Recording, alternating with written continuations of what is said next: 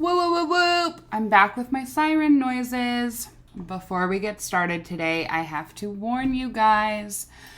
Today's episode is incredible, but it also might be a little triggering. So, if you are sensitive to subjects such as sexual abuse, rape, or suicide, please be advised.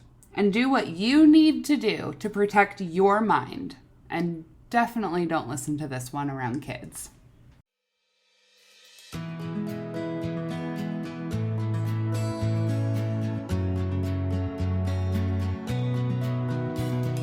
Hello! Welcome to the Created Worthy podcast. I'm your host, Danielle Damrell, and I am so grateful that you're here. On this show, I talk about creative processing and how to utilize it as a skill to bring peace, joy, and freedom into our chaotic lives.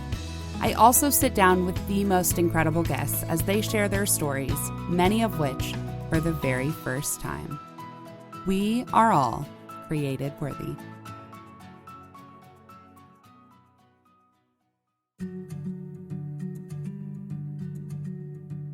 Today, I am sitting down in person with Brittany Chebney, who is finding her way in this crazy world just like the rest of us. Over the course of her life, she has been a singer, a preschool teacher, and is currently a real estate agent. But really, her list of accomplishments could go on and on and on. Brittany has utilized creative processing since before she can even remember, but now she has the term to name what she has been practicing. From the time that she was a kid, she has been singing and creating dance routines all around the house. In her teenage years, she discovered the magic of singing and playing guitar and heavily did so throughout her teens and 20s. The winding and sometimes treacherous path of life has led her to be who she is today, a brand new mom-to-be, a warrior and survivor of sexual assault, a new business owner, and a writer who aspires to someday become a published author. Brittany, thank you so much for being here on Created Worthy, and I am so grateful for you. I am so grateful that we have reconnected and that you wanted to tell your story. And oh my gosh, yes. Here we are. Thank you. Wow. I could get teary-eyed at what you wrote about me. It's so nice. Tears are welcome. Yeah, so that was very, very nice. And I loved what you did with that. Where do I begin? I would love for you to start with just telling us a little bit about who you are and whatever you feel like the Lord has laid on your heart. Okay. Well, a little bit about me. I, grew up in the church. In the church, yes. Okay. And kind of something we talked about it before. Yeah, we were talking for a little bit before. Yeah. It's fun. I'm always like, oh man, we should have pressed record, but I'm also like, no, that's good. Like, yeah, connection. We need to catch up. We're real human beings. Yeah, I know. It has been a long time. Yes. Since we've actually sat down and talked about life. Yes. Yeah. So it's been a very long time. Very long time. And so much life has happened. Yes. And you're pregnant right now. Yes, I'm pregnant with my first baby and just riding this roller coaster of life. But okay, childhood. I had a great childhood. I was extremely blessed. My parents are really awesome. And especially in terms of how they balanced raising kids in the church and in real life. Yeah. I respect the hell out of them, and I really would love to mimic that throughout my parenting journey. There was no such thing as living in this Christian bubble. Right. It was, this is life. This is how Christ is interacted and interwoven into your life, which, they didn't shelter us from the real shit our family was going through. And then they put us in public school because they wanted us to come home and ask us their questions of what does this mean? So it was always just a very open conversation, still is an open conversation with them about anything, really. Yeah. So I really appreciate that because that was a part of my struggle when I came to CCU. So yeah, I know I'm jumping ahead from childhood to college. But also this is how we connected. Yes. So we met in women's choir, an audition-only women's choir at CCU, Colorado Christian University, back in 2013. Yeah. 2013. So long ago. Almost 10 years ago. Yeah. Oh I know. my gosh. I can't believe it. And I'm originally from a suburb of Chicago. So I've been out here 10 years, which is weird for me. Well, almost 10 years, obviously. So you didn't come here until you were 13? Yeah, I grew up in Lakeville, Illinois. I literally lived there till I was 20. So 20 years born and raised. Then I picked up all my stuff, moved out here to go to CCU. And at the time, I really wanted to get my worship arts degree, which is why I chose CCU. That changed very quickly once I got there. I was like, music is hard. Well, yeah, and you knew music, but for me, I was like, I can't read a single note on this. I don't know why I'm in this. I was not that far ahead of you, honestly. Really? Okay. No, good. Yeah, I had done 2 years of community college and had music theory 1 and 2 there, but that's pretty much it. Okay. But anyways, besides the point, yeah, so I moved 1,000 miles away from my friends and family out here to Colorado when I was 20, and life has just been a crazy roller coaster ever since that moment. Yeah. But even my parents were like, "Are you sure you want to go to a Christian college?" Which, like, once I got to CCU, everyone was like, my parents wouldn't let me go anywhere else. I had to come to a Christian college. Isn't that so weird? Yeah, and I was like, really? That's weird.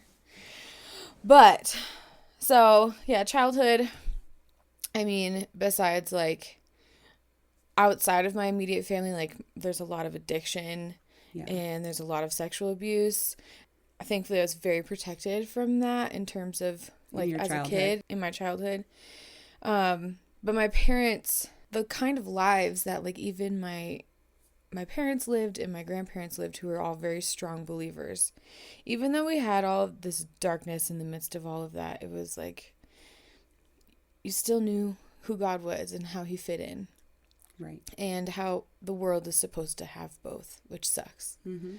And at CCU, it was like all these sheltered kids who had, like, never seen a rated R movie, or they were, like, homeschooled. And I went to public school, so, like, a few of us. Except for a few. Yeah, there's a few of us. So I was trying to find the normal people. We didn't really people. know. Like, no. You can't ask, like, hey, do you smoke cigarettes? No. No. You can't, like, like, there's no opportunity for that in the places that we are meeting. Yes. Yes. So I guess I'll just skip to college because my childhood is so your childhood was good. Yeah. You, high school. Yeah, I mean, it was very good. I was Miss Goody Two-Shoes. So you were still in public school. Yeah, I very much was very, very religious. Well, I hate that word, but yeah, super Christian. Like, you serving were good friends with Jesus at the time. Oh, yeah. Yeah. Was it because you were in a youth group? I feel like that's pretty common. Yeah, I was in a youth group. I was heavily involved in the church from, like, 15 to 20. Okay. And then once I got to CCU, I was like, ugh, I don't like this at all. I don't want to spend the rest of my life in the church. And CCU is pivotal for me in my turning point of, like, walking away, actually. Really? Okay. Yeah. So in high school, you clearly were ignited by Christ. Yeah. For Christ. Yeah. I assume, like, people in your school knew that you loved the Lord. Yeah. Were you involved in worship at that time too? Yeah. So you were already starting to do music, and then I was youth group leader, I was worship leader, all that jazz, like part of small groups and all that. So then you ended up at CCU. Yeah. And huge culture shock in terms of the church. Just felt very cold and very, like, I just could not figure out whose page, like, I couldn't find people that were, like, on my page, and those people I did find were usually the ones who were, like, you know, drinking off campus and smoking really weed struggling, and just kind of like, I'm only here because I have to be here. And so that really is the opposite of the type of people I hung out with before CCU. Okay. So yeah, wow. I took a deep dive into I call it wrestling with God. Yeah. Really questioning everything I've ever thought, believed. Right. What is the meaning of the church? What is this stuff? And I really actually hated CCU. So sorry to everybody who loves CCU. So real quick, I did have a totally different experience at CCU, but it was because I'd always been the bad kid, right? Mm-hmm. So being at CCU, I felt like I could see through everything. Yeah. And I was like, I'll be who I'm going to be. And I actually developed like a mentorship really with the woman's spiritual formation director or whatever. Mm-hmm. So we got really close. And I think I've always craved structure. And like I came from a household that wasn't Christian at all. So I was like being surrounded by Christ and like all these different people, like, and knowing that I'm going to do what I'm going to do anyway. It was kind of like I felt safe. That's amazing. At CCU for not the first time, but for one of the only times, because at least God was around and people were there who like cared about me. But when I got pregnant, I ended up staying at CCU all the way through my pregnancy. Were you in my communication class by chance? I don't know. I don't remember. I did a speech. No, because I did communications at CLC. Okay. I did a speech about why, you'll appreciate this, about why Christians shouldn't judge unwed Christian pregnant women. Yes. Okay. Love it. And nobody knew I was pregnant. Yeah. And it was like beginning of May. So I was due in June. I was 9 months pregnant, but because I'm bigger, like I just wore baggy clothes and everyone just thought I was getting bigger. And they honestly were probably too naive to think that. Exactly. And I told Mrs. Paulo. Yeah. Paulo. Whatever. Yeah. I told her like what I was planning on doing, and she was, because all of the teachers knew at that point, like I was on probation or whatever, because that's obviously not allowed to be pregnant. But they're not going to expel you. And that was the rumor that was going around, that if you got pregnant. I did hear that rumor. If you got pregnant, they would expel you. And I was like, I am like living proof that that isn't true. Mm-hmm. So, and I could have stayed there, but having an actual baby and being on campus, totally different than being pregnant and being on campus, obviously. I could not imagine. So, yeah, I did that speech and there was literally like an audible gasp.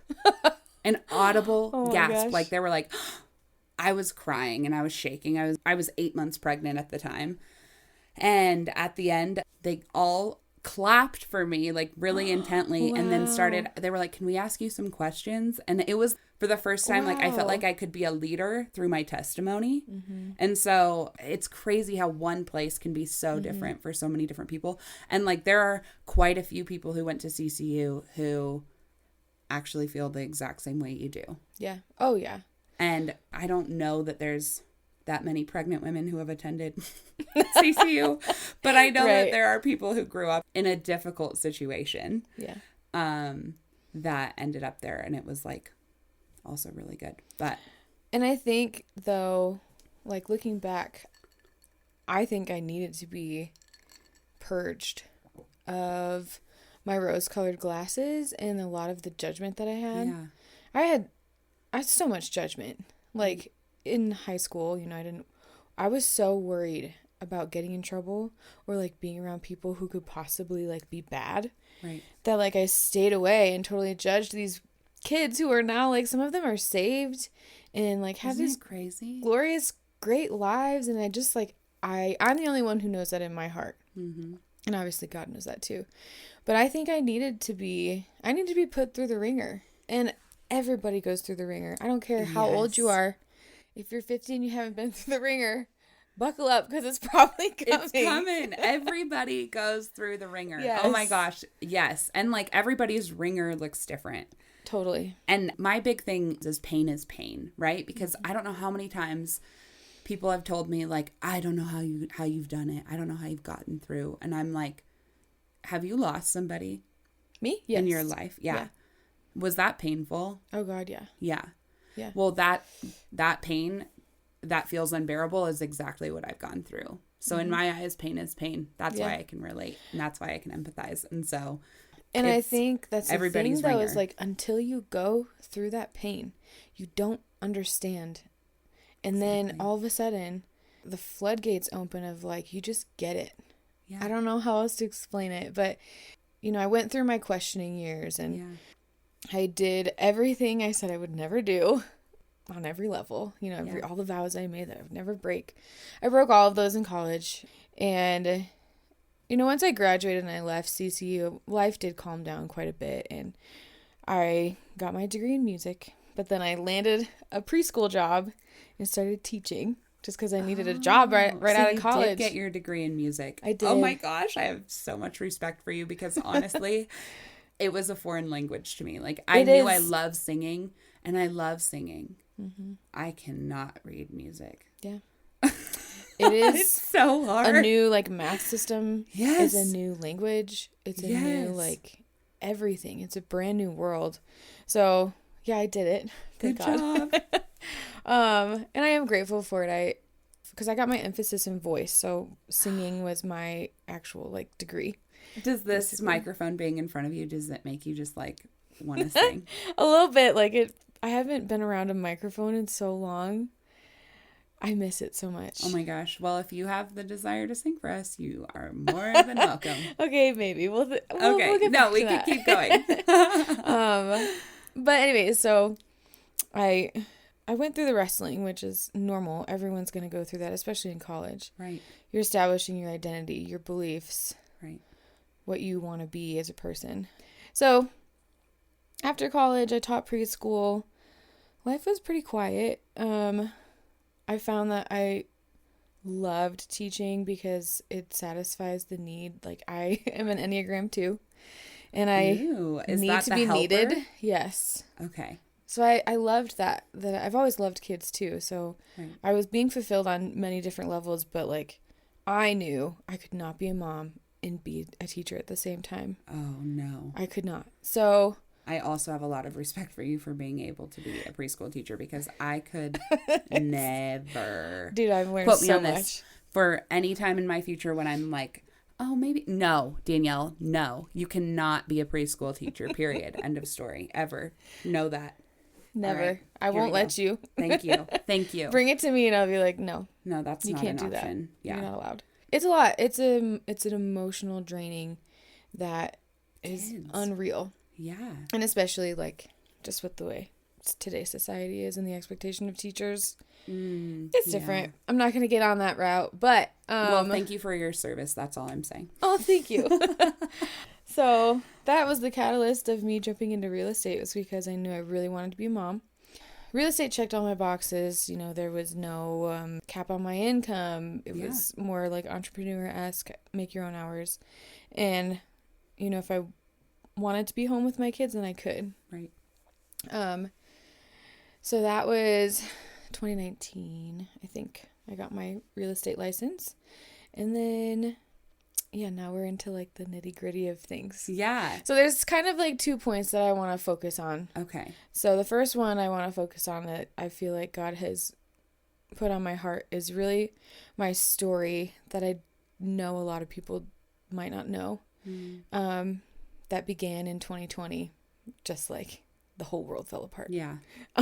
And life more than that fell apart. Oh God, yeah. Yeah. It was a terrible year for a lot of us. Yeah, it was. It was actually 2020 into 2021 that I had to learn what pain was, basically.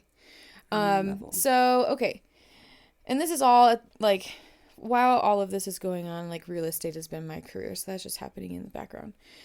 So October of 2020, I ended a relationship that I was in for 4 years. And that was just kind of the catalyst of, change in my life. But I had no idea what that was going to mean in my life, at all. And obviously I was going through the motions of the breakup, and it was a very long relationship, and it was all new for me. I walked away from a lot of friends, had to start over. I moved to the city. I lived in Wash Park. I'm not a city person at all. Yeah, that's the city. Yeah. Yeah. Yeah. So that was all brand new. So everything was all brand new. So, and also trigger warning for anybody who can't. I'll give a trigger warning. This. Okay, sounds good. So it was February 14th. So it was Valentine's Day, 2021. I was at that point where I'm okay, I'm ready. I've pretty much moved on for the most part from like my relationship. I was like starting to get out there on the dating apps and all this stuff. And I had met this girl at Bible study that I had started going to who was also single. And I was like, hey, let's spend Valentine's Day together. Like, let's just go downtown and get some drinks. Mm-hmm. So we do. And I had also told her like my intentions of that night, like, hey, I need you to hold me accountable. I'm not looking to go home with anybody. Right. You know, this is what, I need you to be like, hey, no, like, yeah, that's enough. I'm not doing that. She's like, okay, great. So we ended up meeting up with like 2 friends of hers. I'd never met these people before in my life, but it was just like, hey, they're out too. Mm-hmm. And it was a guy and a girl. So we're out having a good time, like it was a pretty chill night. Definitely drank way too much. And mind you, this was still during COVID when bars closed at 8. Oh. So like early 2020. Really early. Yeah, like it was early in like the pandemic. Yeah, early in the pandemic where people were still trying to figure their stuff out. Anyways, long story short, I did drink way too much too fast because 8 p.m. came or whatever. Maybe it was 10. I don't know. But the curfew came and it was much earlier and I had like way too much to drink. So thankfully, because I lived in the city and they didn't, I was like, let's just go back to my place. We can just chill there. Very innocent, like nothing. Right. Nothing weird had happened. No, nothing weird had happened. Felt very safe. Yeah. And so then we get back to my apartment and I realize you always know when you go to the bathroom exactly what kind of state you're in. Yes. Like when the room starts spinning and you're like, okay, wow, I am way past my limit. So I realized that. And I just put myself to bed. You know, I was like, hey guys, peace out, leave when you need to. You know, like, because it was my home. Yeah. No, for sure. And I knew that I knew my limits. So I was like, I'm tapped. And so I go to bed by myself and unfortunately like wake up to being assaulted. And was still pretty obviously intoxicated and not really aware what was going on. And I just like passed out again and didn't remember anything until I woke up like the next morning. So that's my story of probably the worst thing that's ever happened to me. And yeah, I realized it, like that whole next day was just like questioning and like what happened? Why did this happen? I don't remember, like that's not my timeline. That's not my memories. Right. Anyways, once the realization sets in, which my roommate was the one who was like, no, I need you to understand this is what happened to you. Like, this is sexual assault. Because there's some, like, drinking especially. Was it the guy who had come over? Yeah, it was the guy who had come over. Sorry, I didn't say that. Yeah, which, by the way, like, there was no flirting, nothing. Like, I don't even remember. Have a girl? Yeah, they were friends, apparently. But I don't know anything more than that. Yeah, and it happened while they were just out in the living room, too. And it wasn't like there was any conversation or anything like that. So, oh my gosh. Brittany, yeah. I am so sorry that happened because there are so many people. I bet people that listen to this that have had very similar experiences. And although mine was different, I was awake. I know exactly what you mean when like the next day you're just sitting there like, is that real? Did that really happen? Am I going crazy? Is this my fault? Did I ask for this? Like all of those like, what? This can't be real. Like it's not real. Yeah. And doubting yourself and just like then coming to that realization of like, no, that was real. Now what am I going to do? Yeah. And you're terrified. Because, like, you don't want to accept it.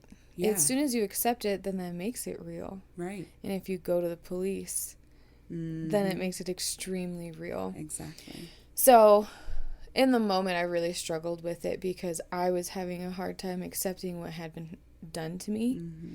And also, too, I was rudely shown why, and I understood why people don't talk about it, because I'm somebody who, and that was another thing too, is my parents raised me to speak up, and especially with these things, to always talk about it. Yeah. Like, it needs to be talked about and brought to the light.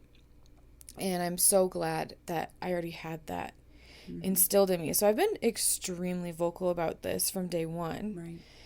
And the shit people say to you is just like absolutely unreal. Horrifying. And I get it.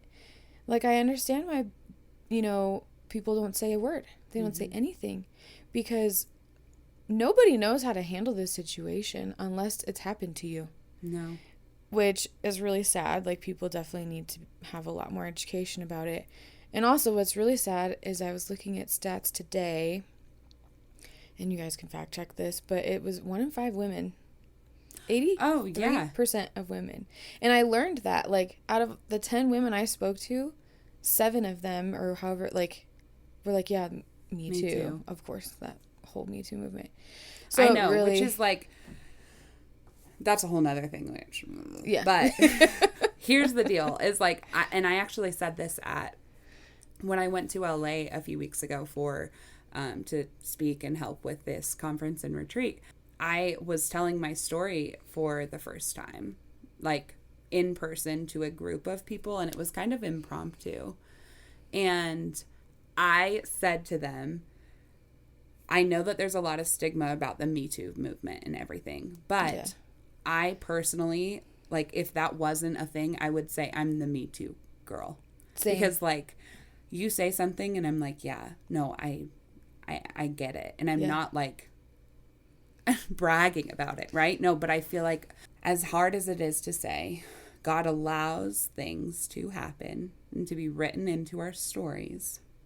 And there's always a reason for it. Mm-hmm. And like you were saying, like, when we bring it to light, we're able to reclaim our power, own the truth, and serve others through our testimony. Yeah. Which feels like those are the things that God really cares about when he allows something to happen. Mm-hmm.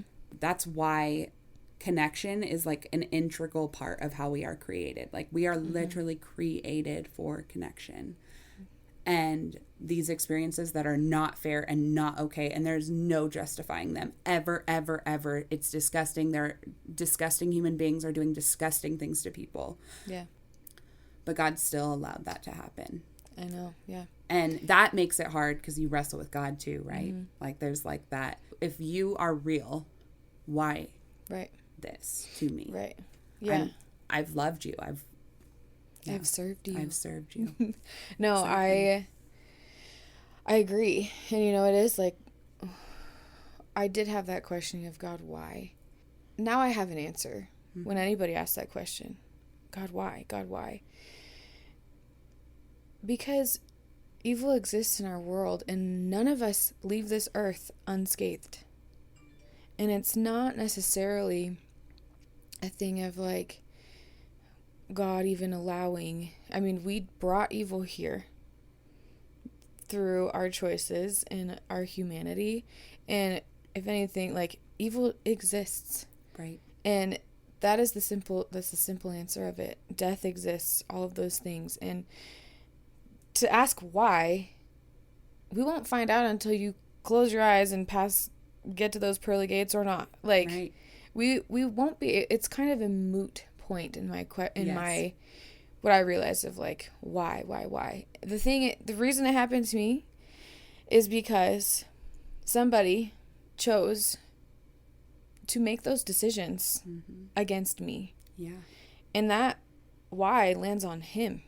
Doesn't land on God. It lands on him. He chose to do that to me. And, as much as what has God said? You have free will from day one. It happened because somebody who has terrible things that have probably happened to him, or who knows whatever his relationship with power and control is, whatever fucked up shit happened to him, he made those choices against me. And coming to terms with that, and really helped my relationship with God go even further, because God doesn't ever promise that bad things won't happen to us. That's literally never once come out of Jesus' mouth. No. So let's all stop trying to avoid that. Yep. Because not one single time. Yeah. So I've never felt closer to God, and in that time. And so that was February. Okay. I was sexually assaulted. I was so blessed to, I'd heard of this organization called the Blue Bench years before. I was at the Montessori school teaching, and a woman was handing out flyers about the Blue Bench. And they are a sexual assault organization, and they are incredible. Absolutely incredible. The resources, so anybody who's ever struggling, even if this happened years and years ago, I encourage you to reach out to the Blue Bench. I will link it in the show notes as well.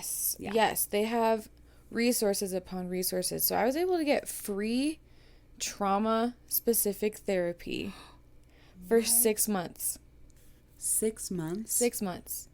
Oh my gosh. With the Blue Bench. And if I would not have made that choice to better myself and like really work on healing this now, then and there, right, who knows where I would have been. Like, right, I definitely felt the pull to alcohol and drugs, and I felt that darkness just hovering over me and all of that. But thankfully, and honestly, because I was vocal about it and I had other voices to pull me and say, no, I support you and I love you and we can help you heal. Mm-hmm. Like, it's so important. Mm-hmm. So, Blue Bench, can't stop talking about them. They were absolutely incredible to me. So, that happens February. Yeah. And in April, my grandmother passed away. And my grandma, like, she was my person. She is my person. Yeah. The greatest influence in my life. We were extremely close. You know, just, I don't know how to explain it. Like, she was my person on this earth. And I always envisioned her living well into her 90s. And the Lord decided to take her very shortly after I really needed her. Right. And that blow was a lot harder than the first. I'm sorry, I'm getting emotional. No, it's okay. All tears welcome here. Yeah. So this is all the little peek into the literal darkest moments in my life ever. Well, so let me stop for a second and just say thank you, first of all, for being willing to share them. And it is an honor to hear and listen. And your story is so valuable and so worthy. And it is the most powerful tool, skill, anything that you will ever have. And I'm really, really proud of you. So thank you. Thank you. That stint, it was all last year, was exactly a year ago, pretty much, was so hard. I just remember battling suicide for the first time in my life. And again, like, until you've gone through the pain, you don't understand. Yeah. And then once you understand, everyone that you've ever heard of who's gone through this or that, or who's struggled with this or that, it's like, you can feel it. You get it's it. Like empathy. Exactly. Yeah. You get it. You get it. I feel like that's the perfect way to describe it, is like, until you've really gone through it, you really don't get it. Yeah. And not that we want everybody to really get it, because it don't. Does suck. No, it 100% sucks. There are so many things in our lives that we don't know about unless we talk about them, right? Yeah. Where it's like, it's happened to so many of us. Yeah. I think that it's almost probably rare, and I don't know statistics on this, but I would say majority of the people I know have at some point or another thought about at least what would life be like if I didn't wake up tomorrow. Oh, yeah. I think that's extremely common. It's so common, but why does nobody talk about it? And those are the shame. Thoughts. Exactly. Shame. The crux of the issue is like, it's a human thing. Yeah. When we're filled with pain and we don't know how to handle it, you don't want to keep handling it. No. Especially when, keep going. But we do. We do it. And it does have to be your choice. I will say that. I had to make that choice. Yeah. To get myself help and actually talk about it with other people and say, hey, this is happening. Yeah. Like, I'm there. I'm at that point. And I remember it was my dad. I had told my dad that. And I'm forever grateful. And I just remember realizing, like, okay, Lord, I have to fight for you, which is another thing that seems kind of ass backward in all of the situations. But yes, Jesus does give us peace freely, but you have to fight for it, not because God wants you to fight for it, but because evil gets in the way. Yeah. And that's where Jesus helps you. That's where Christ comes in. So I got myself in therapy. Yeah. I got myself And this was after your grandmother passed? Yeah. Okay. That was after her passing. Was like, I can't do this. Yeah. No. Like, I cannot do this anymore. So I got myself on medication, which did help me a lot. Good. And I didn't really tell too many people about that. So whoever's listening, sorry. But I did. I got myself on medication, and it was exactly what I needed to help me, to keep me safe. I think that's important because there are medications that they are seriously the game changer. They're what make it take that edge off so that you can keep living. So you can just drive the car. Yeah, exactly. And there are appropriate and good and amazing things that come from making the choice to take a medication. It is a scary choice to make. And I am currently, like, the only thing I take is Adderall. Not on any antidepressants or anti-anxiety now. But there were times in my life when I literally needed them to get through. Mm-hmm. And I don't know why it's so stigmatized still. Especially in the Christian culture. Yeah. Like, it's like as if you're being told you're not trusting God enough. But also, has God not given people and science the ability to create these things that are helping us continue to live instead of die? Yeah. And carry out our purpose? Like, he has worked everything that is created. This chair that I'm sitting in was by the work of the hands of somebody who was created by God. Mm-hmm. Right? And so that's the same thing with medication. Yeah. Anyway, lots of soapboxes today. There's so many soapboxes. But so, yeah, I was also reading this book called Hinds Feet in High Places. It's an old book, like written in 1906. What it is so good. It's called Hinds Feet in High Places. So a hind was another name for a deer. Okay. So it's like very, very old. Yeah. When you read it, it's like reading the Scarlet Letter. But that book taught me so much. It's all about this little girl who, it's a Christian book too. This little girl who meets the Good Shepherd, and she wants to get to the high places, but she's disfigured. And she has to go on the journey to get to the high places. So literally, it's just a total... It's like the allegory. Shack. Yeah, pretty much. Yeah, but a different story. Yep, just older. I love that. And her two companions that the Good Shepherd gives her are sorrow and suffering.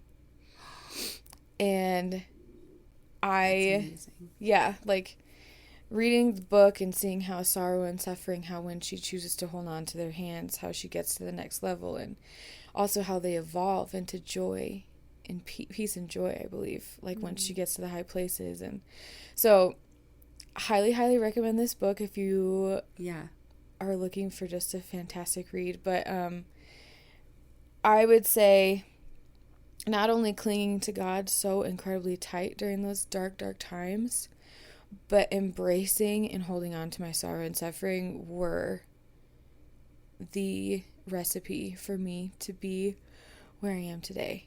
And I just sit in awe of, like, what? How did I go from pitch black to so blinding light? I can't see. Like, it just is insane. It is, yes. It's all due to him. Like, all praise to God. Isn't it crazy? Like, there are certain things in my life where I'm, like, literally to a point now. And I know I'll go through waves. Like, there's waves of grief and flashbacks and all of that. But I genuinely feel like I've gotten to a point in life where I'm like, wow, thank you for that trial. Mm-hmm. Because I get it now. Yep. And get it.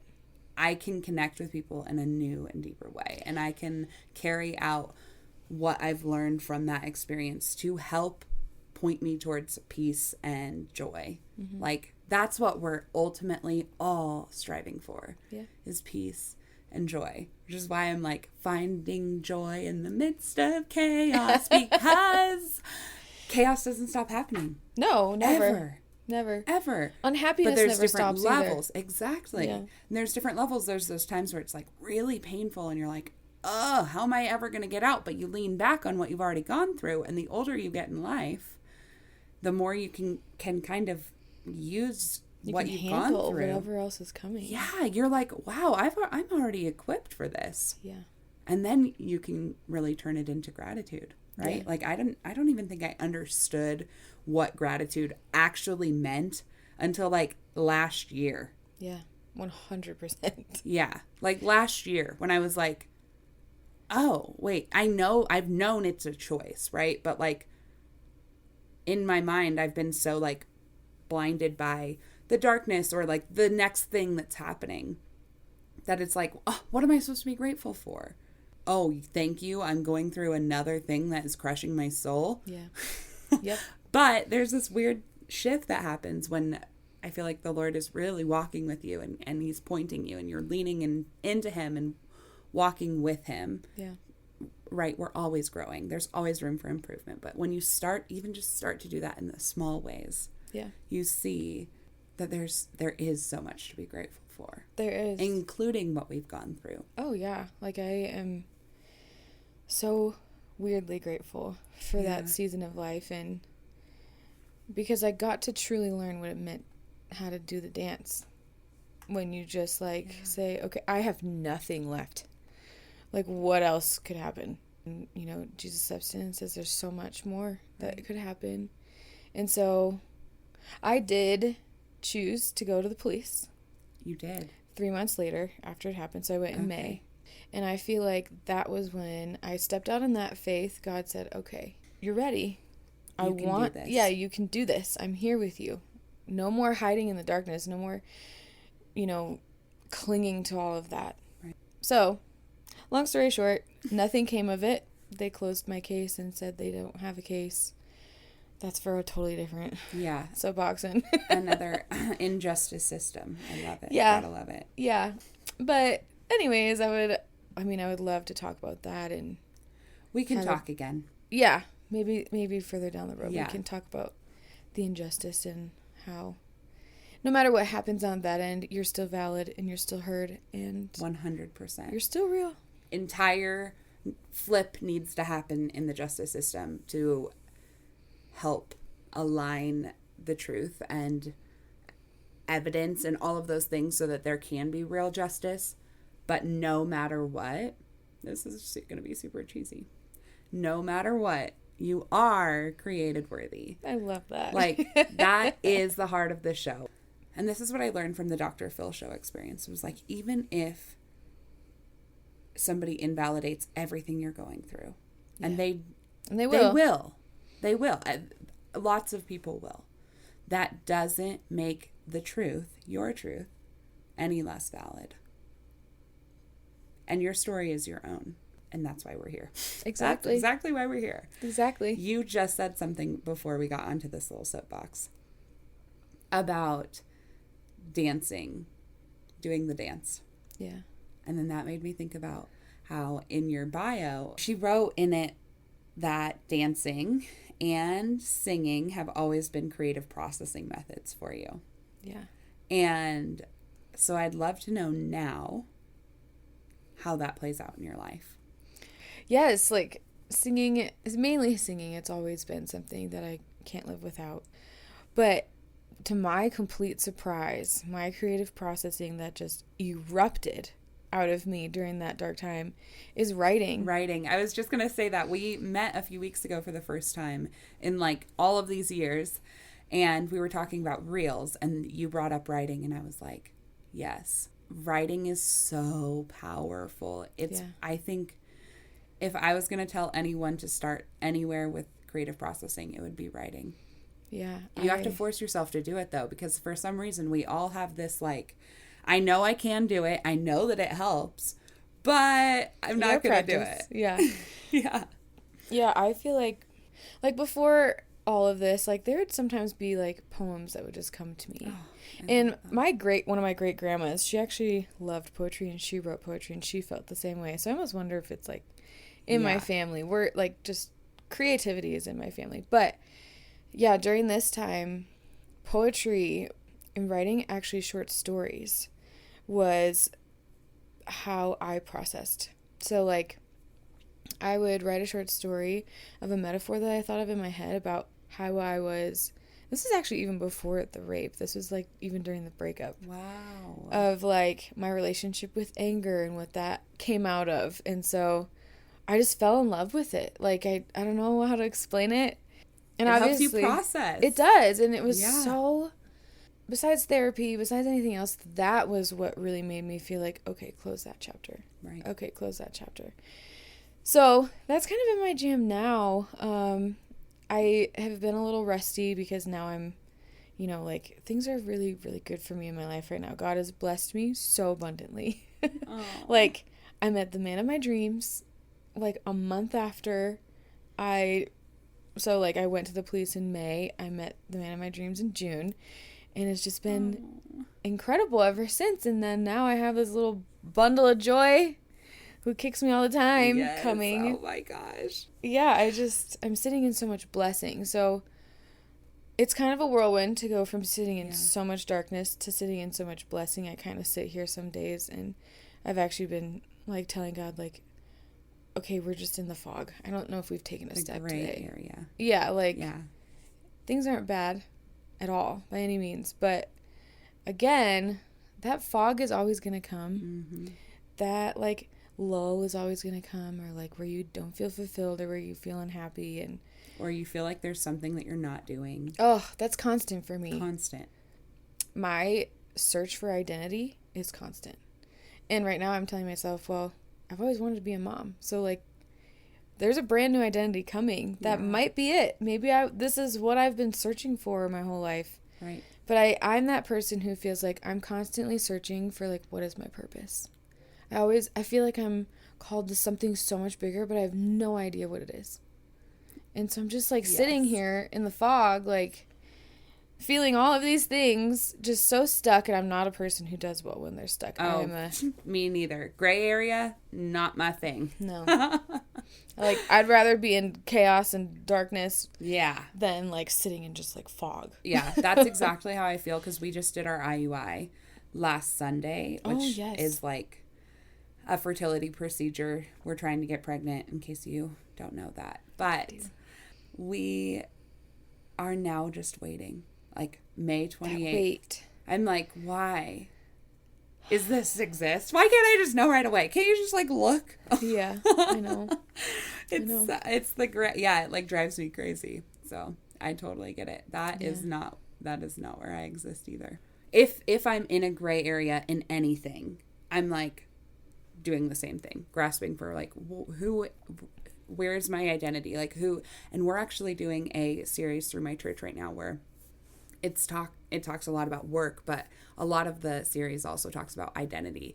And like, okay, if we just stop in our chaos in our minds or in our gray area and we're like, but where does my real identity lie? What's your answer? Where's your like real identity? It's in Christ. Mm-hmm. Right? Yeah, it like is. that is the most truest form of our identity. And that is really grounding at times, but also like, okay, but what does that even mean? Right? Like, okay, but am I supposed to be writing? Am I supposed to be doing real estate? Am I supposed to just stop, focus on being a mom? Same thing on my end. You know, we've all got our things that we're navigating through.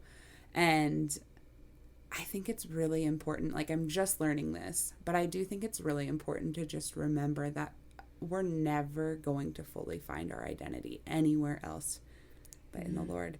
And that is the blessing of having faith at all, right? Is like when we're scrambling and we're like, I need to figure this out, or I'm not doing enough. And I know this is easier said than done. But truly remembering that at the end of the day, at the end of our lives, if our identity is found in Christ, then we're going to be walking that path towards peace and freedom and joy. And that those feelings we're human. Like, we are all experiencing them. We all have to sit in gray areas and wait in waiting periods. That one book, the children's Dr. Seuss book, The Places We Go, where it talks about all of those, that's real life right there. Mm-hmm. That's real life. There's ups and there's downs in the ups, and there's ups in the downs. It's really crazy. Mm-hmm. But we continue to get through it, and we use tools like creative processing to be able to process our life through it. And like you being here and just having this conversation about your life, like, this is you processing through it. This is you doing something. This is you leaning in. Yeah. So I don't know if that's any encouragement to you, but just kind of remembering that, like, no matter what, our identity we're never going to feel like we found it unless we're leaning into the Lord and being like, what identity have you given me?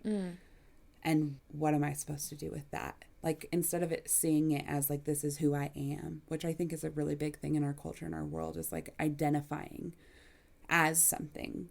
Well, I feel a little bit uncomfortable with that because I want to identify just as Danielle. I just want to be myself. And that means like leaning into who I've been created to be so that I can do the things that I've been called to do. So I don't know why I just got on that too, but here we are. I like it. Here we are. I like it. Yeah, no, I've just accepted that, I'm supposed to have multiple hats and careers, and you've got this. And if he can pull me out of whatever I was in last year, like, I have nothing to worry about. Because I had a lot to worry about last year. Yeah. And you're through it. And now I'm through it, yeah, so. And okay, when are you due? August 7th. August 7th, oh my gosh. And we are recording on May 19th, so, like, you're close to the end. Like, thank you so, so, so, so much for being here. And thank you. This is one of my lifelong dreams. Oh. I get to be in a podcast. This is my lifelong dream. Oh my gosh, to be doing these kinds of interviews, like, I am living out my dream. I love it. Seriously, I love it. You're so inspiring. Seriously, I have been.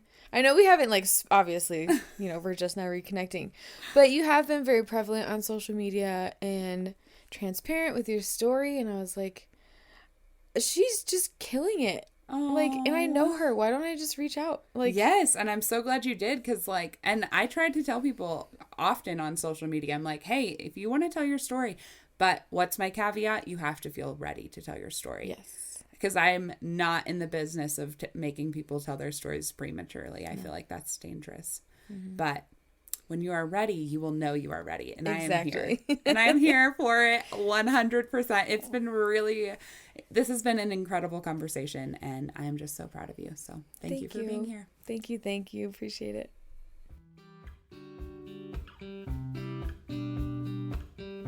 Thank you so much for listening to the Created Worthy podcast.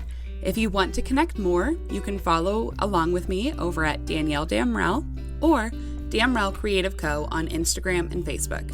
All the links to today's topics are in the show notes, and you can also find a link to my Patreon, which is where you can help support my mission on this show and keep it going. Ratings and reviews really do matter, so make sure to hook me up with 5-star review. Any less, I would rather hear your opinions over email. So anyway, if this episode resonated with you at all, share the love, send it to a friend, or post it on your social media. But don't forget to tag me so I see it and can share it too. I hope all of you have a fantastic day, and I'll catch you on the flip side.